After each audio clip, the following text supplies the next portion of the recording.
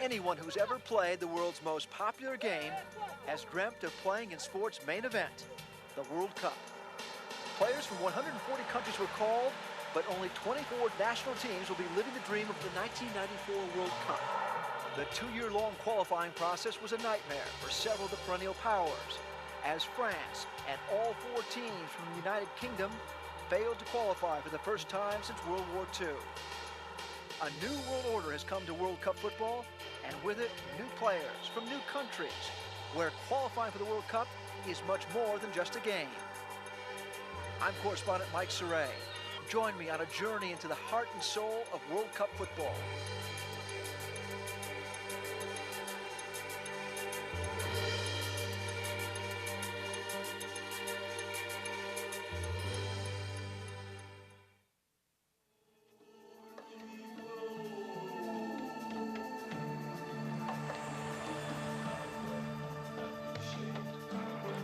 Zambia in southern Africa is a country rich in natural attractions, but too poor to support most organized sports. World Cup football and soccer is the world's most popular sport, primarily because everybody plays it everywhere. All you need is some open space and a ball. But here in southern Africa, you can't even take the ball for granted. So this is the official Zambian football, a masterpiece in recycling of old paper, plastic, twine, cloth, anything it can to make a ball. It's amazingly symmetrical and quite lively.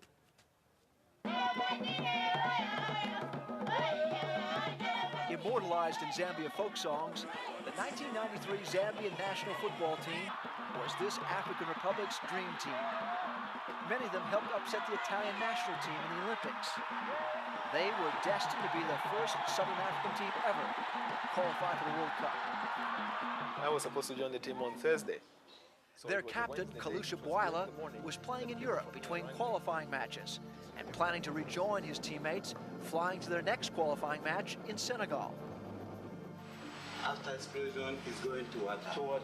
Yes. For reasons still unknown, the Zambian team plane exploded in midair and crashed into the sea off the west coast of Africa in Gabon. All 30 players, coaches, and officials aboard, plus 8 million Zambians' World Cup dreams, went down with the plane. My dreams died with the boys.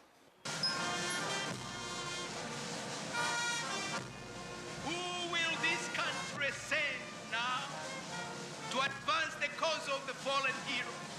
Who will stand up with greater devotion?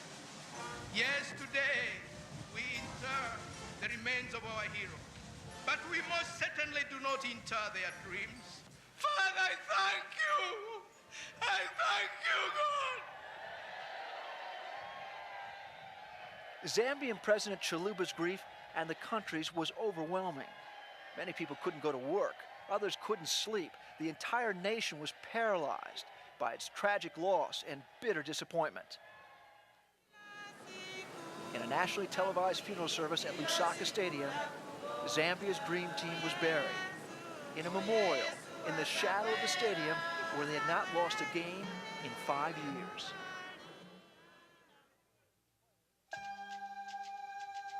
As a living memorial to the players, and in an effort to bring Zambia back to normal life, Kalusha Bwala helped organize a new Zambian team, made up of players cut from the original national team. World Cup officials delayed Zambia's remaining qualifying matches for 2 months. The British government donated the services of Ian Porterfield, a no-nonsense First Division coach from England. In their first rescheduled match against the World Cup veterans from Morocco, they shocked themselves and Africa, coming from behind in the second period to win 2-1 on goals by Kalusha and Johnson Bwala. Allow me to present to you the lineup for this afternoon. In the following weeks, football announcer Dennis Luwe chronicled the resurrection of both a team and a country as Zambia's hopes were rekindled. We picked up the lads literally from the streets, and when they were training and trotting, we said, that's the spirit.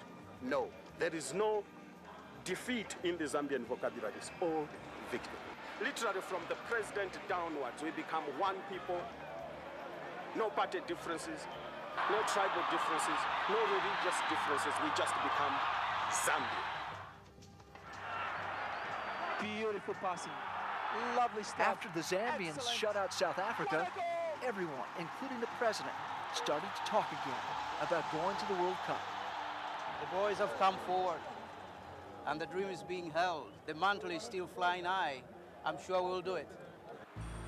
After tying 2 of their games on the road, qualifying for the World Cup was within their grasp if they could win their last home game against Senegal and finish with a draw in Morocco. We are going to move into this game as if the entire world, as if life itself depends upon it. There will be no surrender. Every stadium is sacred ground for somebody, but everyone who comes to play football here in Lusaka has to come past this sacred ground, the memorial for those killed in the plane crash.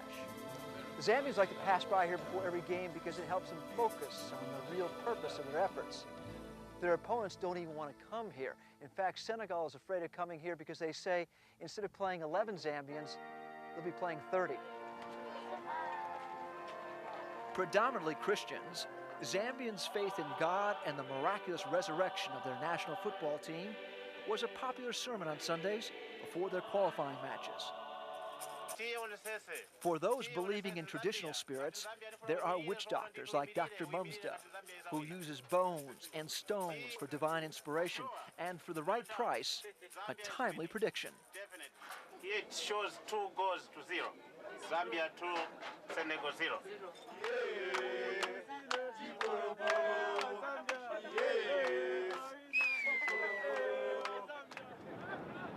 For the afternoon match against Senegal, the fans started arriving at the stadium just after dawn. There are no reserved seats at Lusaka Stadium. The price of a good seat is a long day in the African sun. They also come early to pay homage to their dream team. Alex, my namesake, guide.